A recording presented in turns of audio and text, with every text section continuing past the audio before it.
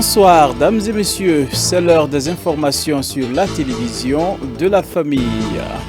Au sommaire de cette édition, l'adoption du rapport bilan 2022 et le plan de travail 2023 du ministère des Finances et la grande convention missionnaire du Conseil régional de Bobo-Dioulasso, découpage des assemblées de Dieu, bien sûr, constituent le menu de cette édition. Bonsoir une fois encore et bienvenue. Examiner et adopter le rapport bilan de la mise en œuvre du plan de travail 2022 et les perspectives envisagées dans le plan de travail 2023, c'est l'objectif principal de ce premier CACEM 2023 du ministère de l'Économie, des Finances et de la Prospective. La cérémonie d'ouverture a été présidée par le ministre chargé du budget, Fatoumata Bako. Les détails avec Delphine Banussi et Gédéon Tapsoba. Mise en place d'un fonds de soutien patriotique à rôle des acteurs du ministère de l'Économie, des Finances et de la Prospective, c'est sous ce thème que les acteurs du monde des finances burkinabais tiennent leur premier CACEM au compte de l'année 2023. Il s'agit d'examiner et d'adopter le rapport bilan de la mise en œuvre du plan de travail 2022 et les perspectives envisagées dans le plan de travail 2023.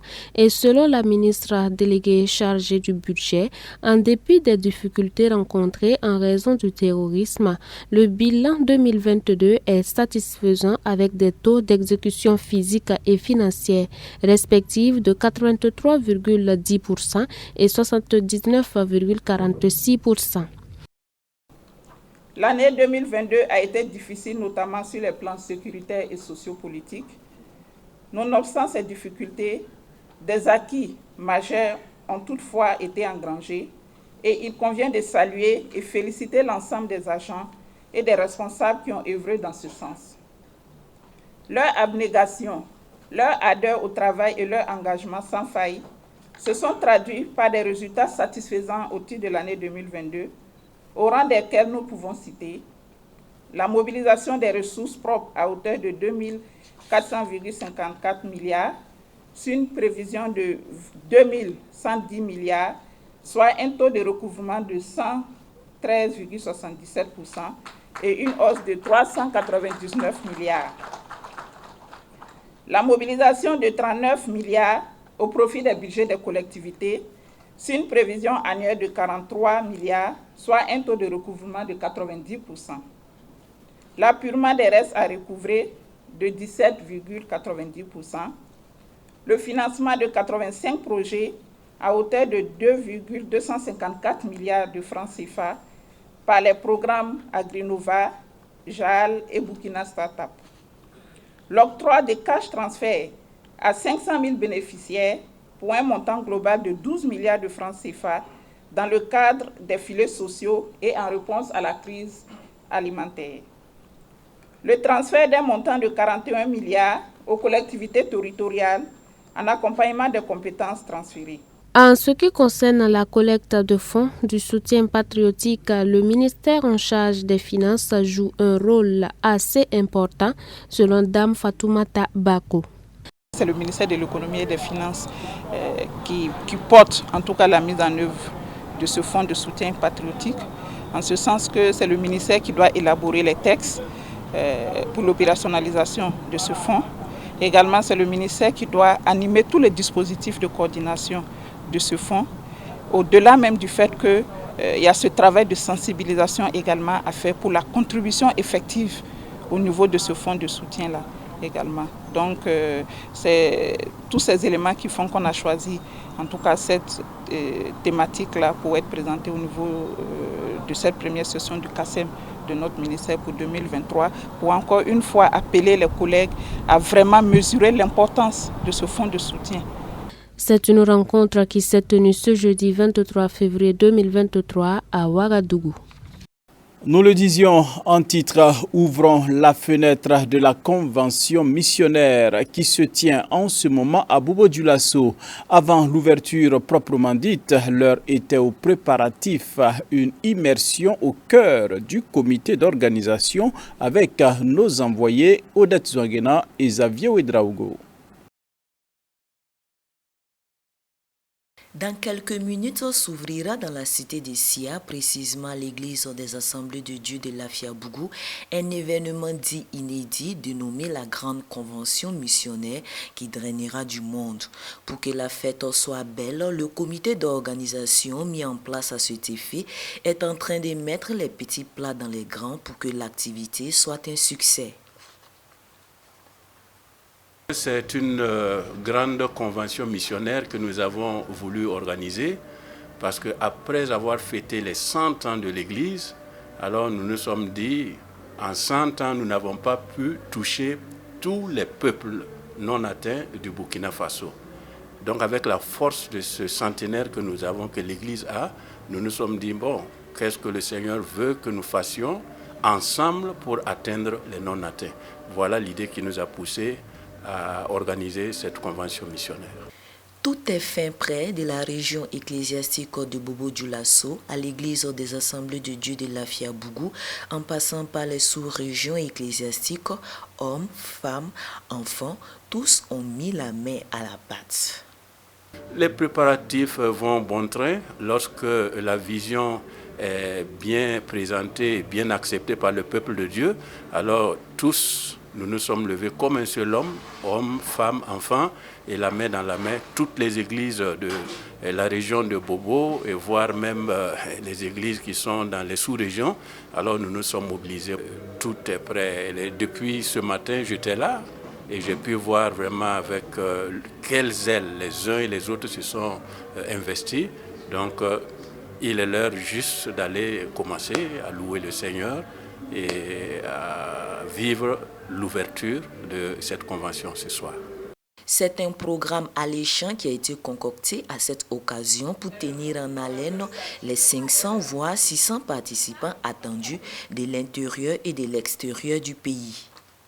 C'est des témoignages que nous allons recueillir auprès de nos missionnaires intérieurs, ceux qui sont sur le terrain et ceux-là qui travaillent déjà parmi les non-atteints, ces peuples non-atteints. Nous voulons les écouter.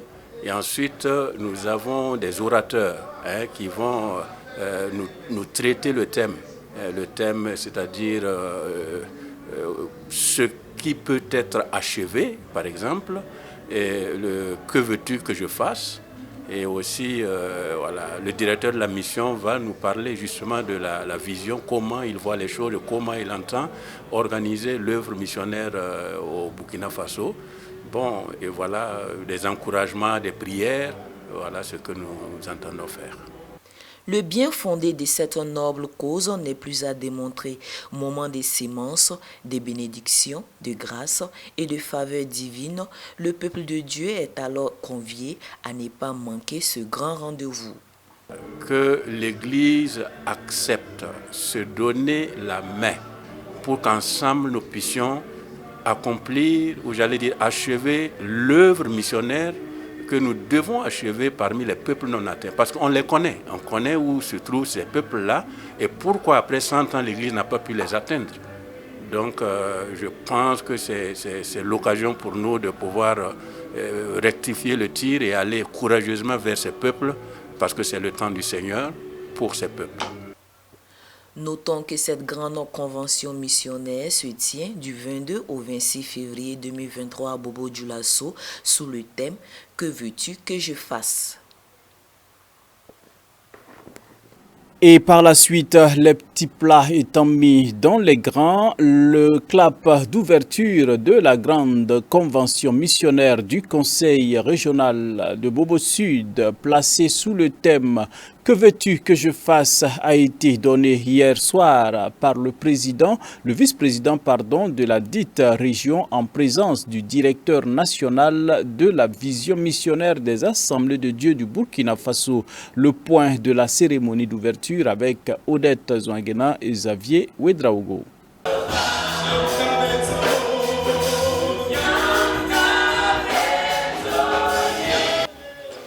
Hier, c'était un projet, aujourd'hui, c'est une réalité. C'est ainsi parti pour la grande convention missionnaire inédite de la région ecclésiastique de Bobo Sud en général et de l'église des Assemblées de Dieu de Lafia-Bougou en particulier. Durant 5 jours, environ 600 participants vont s'accorder le violon à Lafia-Bougou pour atteindre les peuples non atteints. D'où tout l'enjeu du choix du présent thème. Que veux-tu que je fasse? Seigneur Jésus, après 100 ans d'existence de notre Église qui est devenue une forte Église, alors, que veux-tu que nous fassions pour atteindre les non-atteints?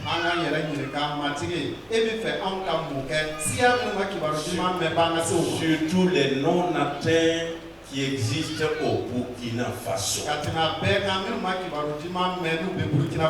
Après 100 ans. Donc c'est pourquoi nous avons invité d'éminents hommes de Dieu, pétris d'expérience dans l'action missionnaire, qui vont diriger les travaux de cette convention.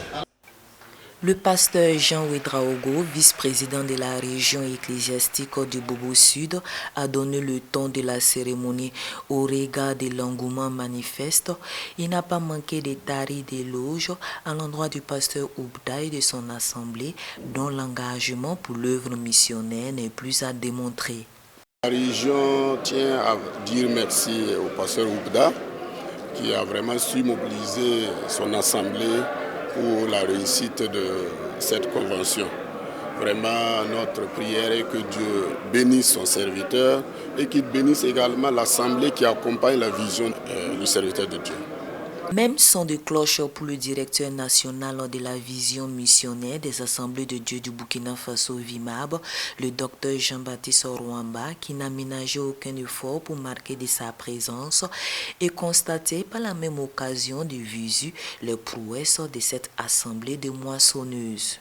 L'église de Lafia-Bougou est un exemple, un modèle en matière justement de soutien missionnaire. Je crois que je me devais d'être là pour les encourager, aussi voir ce qu'ils sont en train de faire, parce qu'il faut voir et puis aller plus loin avec ces gens-là. Donc je me réjouis de pouvoir participer à cette cérémonie d'ouverture et je m'attends à ce qu'il y ait de plus grandes choses par la suite, parce que ce que j'ai déjà entendu est encourageant et je crois que ils sont dans la bonne lancée et nous croyons qu'avec le Seigneur, ceux qui ne sont pas encore atteints, qui n'ont pas encore entendu l'évangile, auront l'occasion d'entendre l'évangile. Parce qu'il faut toucher les non-atteints. Ça, c'est le but même de l'évangile.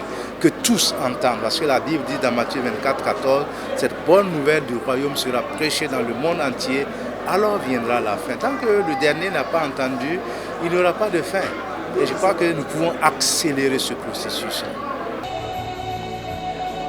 La mission n'est pas une activité de l'Église par essence, mais un attribut de Dieu. Elle a germé dans les années 1980 au Burkina Faso grâce à la vision d'un homme du nom du pasteur Jean-Baptiste Sawadogo, fondateur de l'Église des Assemblées de Dieu de Cissé 1, avec l'appui du pasteur Alpha Traoré de l'Église des Assemblées de Dieu de Tanguin Barrage et du pasteur Jean Bandé de l'Église des Assemblées de Dieu de Colma.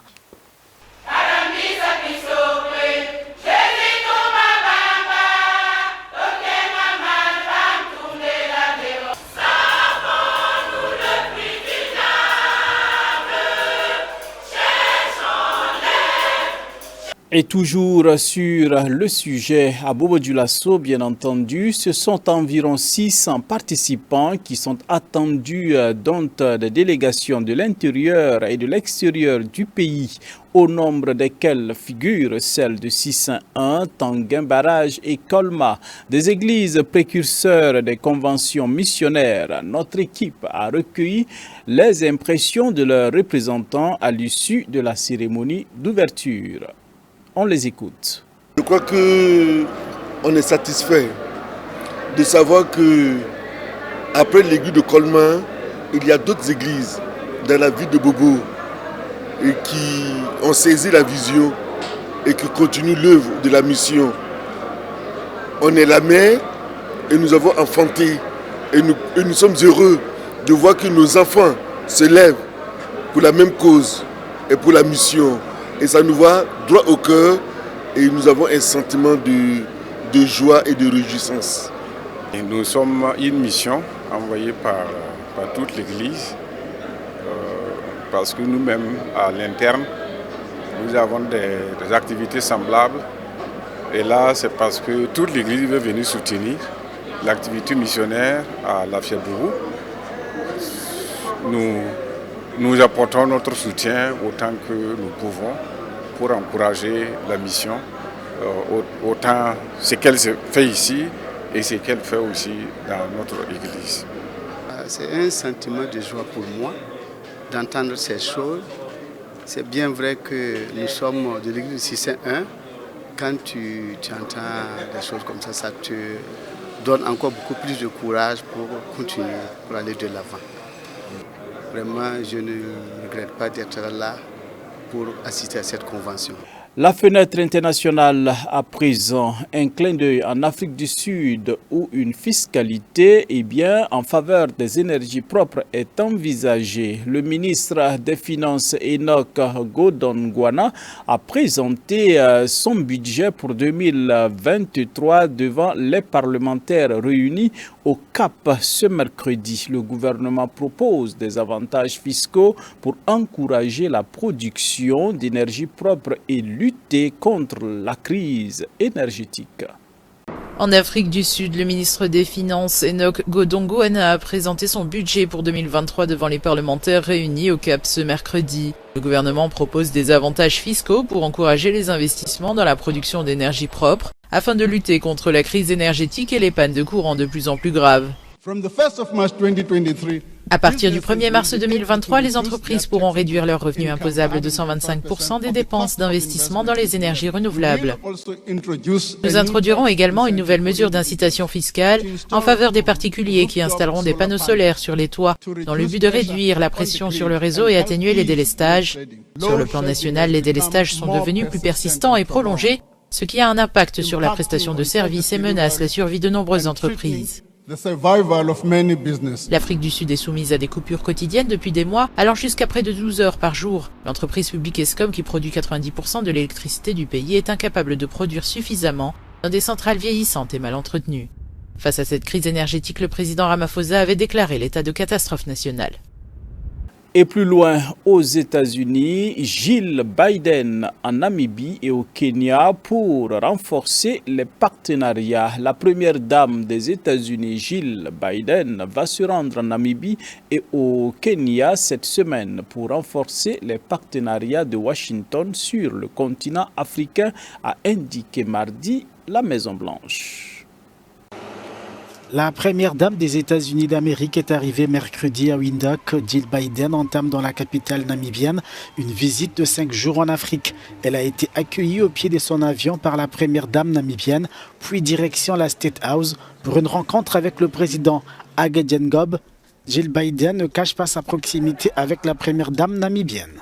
We met each other in December and we're just continuing the relationship. And Monica and I think it's safe to say that we became good friends instantly. It was just one of those things where you meet somebody and you connect, and so we work on a lot of the same issues, and that's why it was important that I continue my work and come and show support for Namibia. Madam First Lady, what do you hope to show Dr. Biden on her trip here? What's important to you? Autonomisation des femmes et des jeunes et insécurité alimentaire dans la Corne de l'Afrique sont au cœur de sa visite. Mais l'épouse de Joe Biden a aussi des choses à découvrir en terre namibienne.